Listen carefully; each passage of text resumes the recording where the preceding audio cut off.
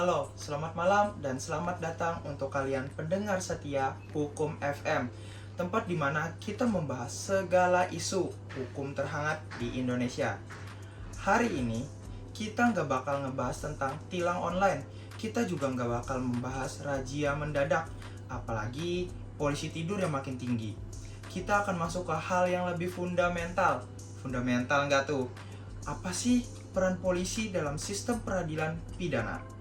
Tertarik kan? Polisi katanya sih pengayom. Tapi gimana kalau ternyata mereka juga bisa jadi pintu pertama ketidakadilan? Waduh, bahaya tuh. Seragam sih boleh rapi, tapi siapa sangka kalau dibaliknya bisa tersembunyi berbagai cerita yang gak kalah kusut dari BAP kasus korupsi. Tapi gua ngebahasnya gak sendirian. Gua bersama dua teman gua. Yang pertama ada Bung Yogi, dan yang kedua ada Bung Iqbal. Tertarik selanjutnya bagaimana? Tetap stay di sini. Oke, sebelum kita lanjut, gimana nih kabarnya Bung Yogi? Wah, masih baik-baik saja bro, masih hidup ya kan. Wah, Masih alhamdulillah. bisa lanjut lah, walau dengan ya begitulah intinya. Jadi kita mantep aja nih, kita bahas tentang topik polisi ya. Gas lanjut. Gimana Bung Iqbal? Kabarnya? Baik sekali. Baik, alhamdulillah baik nih. Jadi bersama dua narasumber ini kita akan mengupas tentang mulai dari apa sih polisi, apa sih tugasnya, dan apa dasar hukumnya. Jadi kita mulai dari kenalan dulu nih, kita lurusin dulu apa sih itu lembaga kepolisian. Kita mulai dari Bung Yogi aja kali dulu ya. Boleh. Jadi pertama kita mulai dari lembaga kepolisian ya. Ya, Lembaga kepolisian itu adalah lembaga negara yang didirikan oleh negara berdasarkan aturan. Nah, nama aturannya itu adalah Undang-Undang Nomor 2 Tahun 2002 tentang Kepolisian Negara Republik Indonesia. Nah, tujuannya dibentuk Kepolisian Negara Republik Indonesia tentu sebagai garda terdepan untuk melindungi masyarakat, tempatnya mereka mengayomi masyarakat, terus juga mereka menegakkan hukum agar menciptakan ketertiban di dalam masyarakat.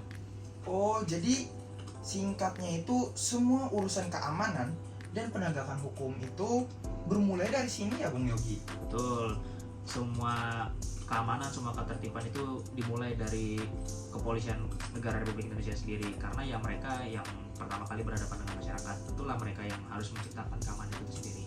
Oh, nah jadi polisi itu tempatnya semua bermula guys. Nah jadi selanjutnya kalau gitu dalam sistem peradilan pidana posisi polisi itu ada di mana? Nah, kalau misalkan dalam sistem peradilan pidana kan kita tetap ada 5 pilar nih. Yang pertama polisi, yang kedua jaksa, ketiga pengadilan hukum, keempat lembaga pemasyarakatan, dan yang terakhir adalah advokasi hukum. Nah, kalau misalkan kita lihat dari 5 pilar itu, ya tentu kan kita lihat polisi yang berada yang paling atas tuh. Nah, itu bisa kita maksudkan atau kita bisa pahami bahwa polisi ini tentu menjadi garda utama dalam sistem peradilan hukum ini sendiri. Jadi ya mereka yang sistem terdepan lah hitungannya untuk menegakkan keadilan. Jadi ibaratnya polisi ini kayak satpamnya ya, gerbang keadilan ya. Tapi bisa juga pilih-pilih tamu siapa yang bisa masuk ya. Wah, itu sih gak usah ditanya sih yang terakhir ya. Betul. Kalau polisi itu memang ya seperti yang Anda bilang itu benar. Polisi itu menjadi yang garda pertama. Cuman yang terakhir itu sih wah, itu semua orang sudah tahu lah. Bahkan di setiap lembaga sudah ada lah. Tapi kan karena kita membahas polisi kan, ya itulah yang kita bahas. Ya memang polisi ini ya begitulah. Kalau misalkan orangnya baik kan isinya baik. Tapi kalau yang tidak ya gimana lah. Biasa. Untuk polisi yang nonton jangan baperan ya Pak ya. Nah, ini kita lagi diskusi aja. Cuman faktanya begitu sih. Waduh. Nah, tadi kita udah ngedengerin nih penjelasan dari Bung Iqbal. Selanjutnya kita masuk lebih dalam lagi nih, masalah lapangan dan isu kritis. Tapi kita balik lagi nih ke Bung Yogi. Jadi Bung Yogi, kita sering dengar nih istilah rekayasa kasus. Itu tuh mitos atau fakta lapangan? Waduh. Rekayasa lapangan ya. Waduh. Saya mau keras sedikit tapi ya bagaimana lah. Waduh, Kita pelan-pelan aja ya. Ya. Rekayasa lapangan ini, aduh, masalahnya Anda tidak beruntung kalau misalkan Anda bilang ini mitos. Masalahnya ini fakta. Banyak sekali terjadi di lapangan bahwa para polisi itu sering sekali melakukan rekayasa lapangan. ya ada yang kasusnya dinaik-naikin lah, ada yang diturun-turunin lah, ada yang ditutup lah, ada yang dibuka lah, ada yang dipaksa ini, dipaksa itu. Ya alasan mereka melakukan rekayasa lapangan itu bervariatif, tapi kebanyakan buat ngincar bulanan ya. Waduh. Kayak nambah-nambah bulanan kata mereka sih. Kayak saya nanya-nanya juga kan, ini kenapa kasus ini bisa muncul? Wah biasa kan. Aduh kata saya ini kacau sih. Masa yang menjadi tombak keadilan melakukan ketidakadilan? Agak gimana ya kalau misalkan saya mengetahui ini. Sakit sih sebenarnya, cuman ya itulah fakta lapangannya. Waduh. Kok hukum kayak jadi dagangan gini ya? Aduh, ini ada harga, ada perlakuan, jual. Waduh, iya gimana ya? Ada harga, ada perlakuan ya, namanya hukum ya kan. Udah kayak kita beli jajan-jajan di kafe, kayak pilih-pilih kafe, ada yang harga murah, ada yang harga mahal. Kata orang kan semakin mahal harganya kan semakin enak juga tuh perlakuannya. Aduh, jadi bisa kita ibaratkan kayak hukum lah. Kalau orang punya banyak duit, wah ada masalah, ceng, selesai. Gak perlu pakai proses-proses ini. Tinggal, wah bapak tolong jangan proses saya ya, ini pak. Waduh. Udah kelar, gak usah diproses deh. Ini yang agak kasihan sih. Miris kalau bisa kita lihat miris. Cuman kalau kita pikir-pikir lagi, kalau gitu rakyat paling yang kecil ya yang paling berdampak ya. Ya memang benar sih, rakyat yang kecil yang tidak punya apa-apa yang paling berdampak. Barat karena mereka nggak punya apa-apa, mereka nggak bisa ini, jadi kayak nggak bisa negosiasi lah masalah hukum. Jadi harusnya mereka bisa mendapatkan keadilan, malah mereka yang tidak bisa mendapatkan ketidakadilan, malah hukum itu sendiri yang tajam ke mereka karena mereka tidak punya apa-apa.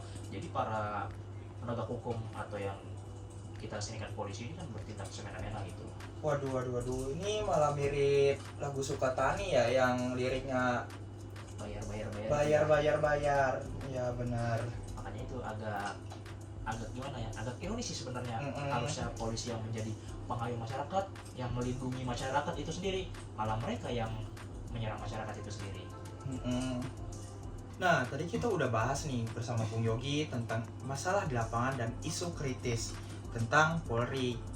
Kali ini kita masuk ke segmen penutup, di mana kita akan ngebahas solusi dan harapan untuk Polri tercinta.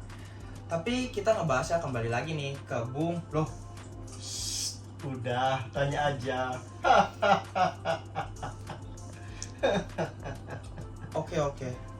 Kalau gitu, menurut Mas yang misterius ini, apa yang bisa jadi solusi untuk reformasi Polri? Reformasi ya, tapi harus menyentuh sampai ke akar-akar sih menurutku. Karena transparansi penyidikan, body cam, keterlibatan pengawasan eksternal seperti Kompolnas dan Ombudsman harus diperkuat, dan penegakan keadilan restoratif juga penting menurutku ya. Karena agar hukum nggak cuma soal balas dendam, tapi pemulihan itu yang penting. Iya sih, itu menurutku aja sih. Jangan-jangan kita juga butuh nih unit penyidik independen. Kalau itu sih udah lama dibahas ya atau diwacanakan. Tapi ya selama yang punya wewenang masih menikmati hasilnya, ya susah juga sih untuk kita. Karena masih banyak katanya oknum-oknum yang terlibat gitu sih. Oknum kalau dikumpulin, wah tidak terhitung. Waduh. Banyak sekali. banyak ya. Itu sih secara tidak langsung kita banyak sekali oknum-oknum, cuman ya namanya media kita tidak terlalu berani untuk speak up ya, karena gampang viral. Bukan gampang viral sih om, Apa tuh? kayak takut kalau digedor-gedor deh. Wah, itu benar juga Takut sih. ada tukang bakso ya. Betul, Waduh. ting. Aduh, ini tolong dong tim cek di depan kalau ada tukang bakso. Tapi tolong jangan dijawab ya, takut dong. Saya udah kena SP berapa kali sama tukang bakso ini. Iya. Gak mau dong saya nanti tiba-tiba hilang kan, aduh. Iya. Nah, jadi teman-teman Hukum FM, Jadi setelah kita tadi berdiskusi dengan dua narasumber kita dapat memahami bahwa polisi adalah aktor penting dalam sistem hukum kita. Tapi ketika aktor ini terlalu bermain bebas, maka panggung keadilan ini bisa berubah jadi sandiwara. Tugas kita tetap waspada, tetap kritis, dan jangan mudah percaya hanya karena seragamnya licin dan sepatunya mengkilap. Tapi kita bersama-sama doakan agar polisi ini dapat berbenah dan juga menjadi pengayom masyarakat yang benar-benar menjalankan tugasnya dan sesuai dengan slogannya, presisi. Terima kasih sudah mendengarkan podcast Hukum FM. Sampai jumpa di episode berikutnya dengan topik yang mungkin akan membuatmu berpikir dua kali sebelum bilang lapor polisi aja.